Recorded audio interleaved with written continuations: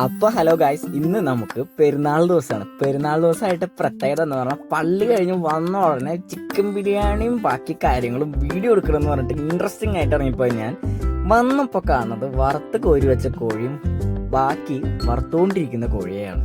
അപ്പോൾ അതിൻ്റെ ഒരു വിഷമം ഞാൻ അവരോട് പറഞ്ഞതല്ലേ വന്നിട്ട് ചെയ്യാമെന്ന്. പിന്നെ കണ്ണടച്ച് തുടക്കുന്നതിന് മുമ്പ് നമുക്ക് ചിക്കൻ ബിരിയാണി പരിപാടി തുടങ്ങാമെന്ന് വിചാരിച്ചു. ദം ബിരിയാണിയാണ് ചെയ്യുന്നത്, ചിക്കൻ വറുത്തിട്ടാണ് ചെയ്യുന്നത്. അതുകൊണ്ട് ഉപ്പും മുളകും മാത്രമേ തേച്ചിട്ടുള്ളൂ. ചിക്കനിൽ മഞ്ഞൾപ്പൊടി ഉപ്പും മുളകും മാത്രം തേച്ച് ചിക്കൻ മസാല ചെറുതായിട്ട് ഒടിച്ചിട്ട് ചെയ്തിട്ടുണ്ട്. സബോള വഴറ്റാനിട്ടിട്ട് ഞാൻ നേരെ തക്കാളി കട്ട് ചെയ്യാൻ പോയി. സബോള ഏകദേശം ഒന്ന് സെറ്റായി വന്നപ്പോൾ നമ്മൾ അതിലേക്ക് തക്കാളി ഇട്ട് കൊടുത്തിട്ട് നല്ല രീതിയിൽ, നല്ല വെടുപ്പായിട്ട് ഇളക്കണം. നല്ല രീതിയിൽ വെടുക്കണം എന്ന് പറഞ്ഞാൽ സാധനം രണ്ടും കൂടെ സബോള ഏതാ തക്കാളി ഏതാണെന്ന് അറിയാത്ത രീതിയിൽ മിക്സ് ആവണം. അപ്പോൾ അതിലേക്ക് പിന്നെ ഇത്തിരി ഇഞ്ചി വെളുത്തുള്ളി പേസ്റ്റും കൂടി ഇട്ട് ഇളക്കിയതിന് ശേഷം കുറച്ച് പച്ചമുളകിൻ്റെ ആവശ്യമുണ്ട്. അപ്പോൾ അതും കൂടെ നമ്മളൊന്ന് മിക്സിയിലിട്ട് അടിച്ചിട്ടിട്ട് നമുക്ക് നേരെ ആ പച്ചമുളകിനെയും കൂടെ ഇതിലേക്ക് ഇട്ടിട്ട് നന്നായിട്ട് മിക്സ് ചെയ്യാം. മിക്സിങ് ആണ് നമ്മളെ മെയിൻ. നന്നായിട്ട് ഇളകിയാൽ എല്ലായിടത്തും ഒരുപോലെ ഇങ്ങനെ എത്താം. ഉപ്പ് ഇതിലേക്ക് നമ്മൾ ഇട്ട് കൊടുത്തിട്ടുണ്ട്. സബോള വഴറ്റുന്ന സമയത്ത് സബോള ഒന്ന് വേഗം വഴറ്റിട്ട് പിന്നെ കുറച്ച് ഗരം മസാല, കുറച്ച് കുരുമുളക് പൊടി ഇട്ടിട്ട് വറുത്ത് വെച്ച ചിക്കനെ നേരെ അധികം തട്ടിക്കോ, ഒന്നും നോക്കണ്ട. ഓക്കെ, ഈ വറുത്ത് വെച്ച ചിക്കനെ നന്നായിട്ട് അങ്ങ് ഇളക്കണം. അതായത് ചില്ലറ ഇളക്കൊന്നും പോലെ ഈ മസാല ഈ ചിക്കൻ്റെ എല്ലാ പാർട്സിലും എല്ലാ ഏരിയയിലും എത്തണം. അപ്പോൾ അതിന് വേണ്ടി നന്നായിട്ട് അങ്ങ് ഇളക്കിക്കോ. ശേഷം കുറച്ച് തൈര്, പുളി കുറവുള്ള തൈര് നമ്മൾ തലേദിവസം ചോദിച്ച് കണ്ടുപിടിച്ച് കൊടുന്ന് വെച്ചിട്ടുണ്ടായിരുന്നു. അതും കൂടെ ഇട്ടതിന് ശേഷം ഇതിനെ അങ്ങോട്ട് ഒന്ന് ഇളക്കി പരട്ടി വെച്ച് കഴിഞ്ഞാൽ നമ്മളെ മസാല ഇട്ട് ചിക്കൻ്റെ പരിപാടി ഏകദേശം ഒരു 95% കഴിഞ്ഞു. ഇതും കൂടെ അങ്ങ് ഇട്ട് കഴിഞ്ഞാൽ 100% കഴിഞ്ഞു. ചിക്കൻ്റെ പരിപാടി കഴിഞ്ഞു. ചിക്കൻ ഇനി നമുക്ക് അവിടെ ഒതുക്കി ഒരു മൂലയ്ക്ക് വെക്കാം. ശേഷം നമുക്ക് കടക്കാം എങ്ങിട്ട് നമുക്ക് അരി തിളപ്പിച്ചെടുക്കണം. അപ്പോൾ വെള്ളം വെക്കുന്നതും അരി തിളപ്പിക്കുന്നതൊന്നും ഞാൻ കൂടുതൽ വലിച്ചു നീട്ടുന്നില്ല. അരി ഏകദേശം ഒരു 70% വേവിൽ നമ്മൾ ഊറ്റിയിട്ട് ഇതിലേക്ക് ഇടുന്നുണ്ട്. നമ്മൾ 70 എന്ന് പറഞ്ഞാൽ അതിനേക്കാളും ഒരു പൊടിക്ക് കയറി പോയിട്ടുണ്ട്. അതുകൊണ്ട് നമ്മൾ അധികം നേരം ദമ്മിട്ട് നമ്മൾ റൈസിനെ ബുദ്ധിമുട്ടിപ്പിക്കുന്നില്ല.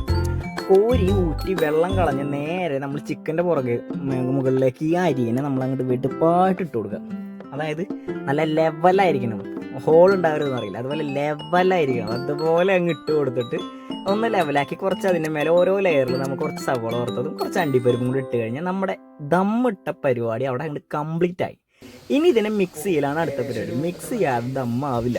ഒന്നാമത്തെ കേസ്, ഞാൻ ഈ ഇട്ട പാത്രത്തിൽ 100% ഫുള്ളായിട്ടാണ് ഇപ്പോൾ നിലവിൽ നിൽക്കുന്നത്. അപ്പോൾ അതുകൊണ്ട് ഇതിനെ മിക്സ് ചെയ്യണമെന്നുണ്ടെങ്കിൽ ഇതിൻ്റെ മുകളിലുള്ള റൈസിനെ എന്തായാലും മാറ്റിയേ പറ്റുള്ളൂ. അപ്പോൾ അത് കാരണം 2 പാത്രം എടുത്തിട്ടുണ്ട്, കറക്റ്റായിട്ട് 2 പാത്രം. ഈ 2 പാത്രത്തിൻ്റെ മുകളിലേക്ക് ഞാൻ അതിനെ നല്ല രീതിയിൽ കോരി മാറ്റിയിട്ടുണ്ട്. ഞാനത് മാന്തുന്നതിനനുസരിച്ച് അടിയിൽ നിന്ന് ചിക്കൻ പൊന്തി വരുന്നത് കാണാം. കാരണം എനിക്ക് റൈസിൻ്റെ മസാല മൊത്തം കിടക്കുന്നത് താഴെയാണ്. ഈ മസാലേനെ ഈ റൈസിൽ എല്ലായിടത്തും എത്തിക്കണം. ഓൾറെഡി നമ്മൾ 2 കിലോ റൈസാണ് ഇപ്പോൾ ഇതിലേക്ക് ഇട്ടിട്ടുള്ളത്. 2 കിലോ റൈസിനുള്ള ബിരിയാണി ഇട്ടിട്ടുള്ളത്. അത് 2 കിലോ വേണ്ടായിരുന്നു എന്ന് പിന്നെ തോന്നിപ്പോയി. 1.25 കിലോ മതിയായിരുന്നു. നമുക്ക് അത്ര ആവശ്യം ഉണ്ടായിരുന്നുള്ളൂ. നമ്മൾ തൊട്ടപ്പുറത്ത് 2 വീട്ടിലേക്കും കൂടെ കൊടുക്കുക എന്നുള്ളൊരു സെറ്റപ്പിലാണ് 2 കിലോ ഇട്ടത്. നമ്മളത്ര അധികം കഴിക്കുന്നവരൊന്നുമല്ല, എന്തെങ്കിലും ഓക്കെ. ഇപ്പോൾ വാട്ടവർ ഇത് കണ്ടില്ലേ, ഇതുപോലെ ഏകദേശം ആ ഒരു കളറ് മൊത്തം ഈ ചോറിലേക്ക് എത്തിയാലാണ് ഇതിൻ്റെ ഒരു ഫ്ലേവർ എല്ലായിടത്തും എത്തുള്ളൂ. അപ്പോൾ അതുകൊണ്ട് നമ്മൾ ഈ റൈസിനെ മാറ്റണം. റൈസിനെ മാറ്റിയിട്ട് നല്ല രീതിയിൽ ഒന്ന് ഇളക്കി കൊടുക്കണം. നല്ല രീതിയിൽ ഇളക്കാന്ന് പറഞ്ഞാൽ ചില്ലറ ഇളക്കൊന്നും പോരാ, അത് ഉടയാത്ത രീതിയിൽ, അത് ഒട്ടാത്ത രീതിയിൽ ചിക്കനെയും റൈസിനെയും അങ്ങോട്ട് മിക്സ് ചെയ്ത് പിടിപ്പിക്കണം. ഈ ചിക്കനെ റൈസിന് ഇതിൽ മിക്സ് ചെയ്ത് പിടിപ്പിച്ചാലാണ് നമ്മളെ ബാക്കി പരിപാടിയിലേക്ക് നമുക്കിനി കിടക്കാൻ പറ്റുള്ളൂ. ബാക്കി പരിപാടി എന്ന് പറഞ്ഞു കഴിഞ്ഞാൽ ഇതിന് ഓരോരുത്തർക്ക് കൊടുത്തയക്കാനുള്ള പരിപാടി എന്നാണ്. അല്ലാതെ നമുക്കിത് കഴിക്കാന്നുള്ളതല്ല. നമ്മളെല്ലാവർക്കും ഇത് കൊടുത്തയക്കണമെങ്കിൽ ഇതിനെ നല്ല രീതിയിൽ ഓരോ പാത്രത്തിലേക്ക് മിക്സ് ചെയ്ത് അതിൻ്റെ മേലെ സബോള നമ്മളെത്തിക്കണ്ട വറുത്ത് വെച്ചിട്ടുള്ള സബോളയും അണ്ടിപ്പരിപ്പും മുന്തിരിയും കൂടി ഇതിൻ്റെ മേലെ മിക്സ് ചെയ്ത് കൊടുത്താലാണ് നമ്മൾ പരിപാടി ഏകദേശം കംപ്ലീറ്റ് ആവുള്ളൂ. പിന്നെ നമുക്ക് കഴിക്കാൻ വേണ്ടിയിട്ട് 2 പപ്പടം, അത് നമ്മൾ ഇതിൻ്റെ ഒപ്പം സ്ഥിരമായിട്ടും എല്ലാ ദിവസങ്ങളും ഉണ്ടാക്കാറില്ല. കുറച്ച് പപ്പടം എടുത്തിട്ട് നമ്മളെ വീട്ടിലെല്ലാവരും കൂടി ഇരുന്ന് പെരുന്നാളിൻ്റെ ഭക്ഷണം കഴിക്കാത്തുള്ളൊരു രീതിയാണ്.